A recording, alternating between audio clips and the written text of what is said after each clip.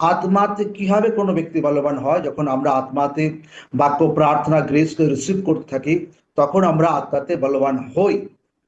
কারণ করিন্থীয় 4:20 লেখা আছে যে ঈশ্বরের রাজ্য শুধু কথায় নয়, কিন্তু সামর্থ্য রূপে।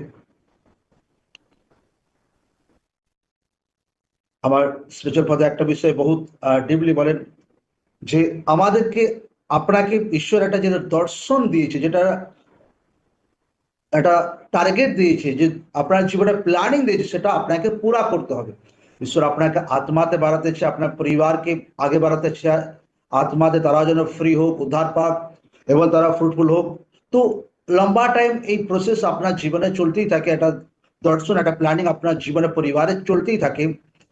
কিন্তু সেই ব্যক্তির জীবনে দর্শন আর প্ল্যানিং পুরা হয় যার মাইন্ড কারেক্ট আছে আর যার বিশ্বাস কারেক্ট আছে একদম। হালেলুয়া।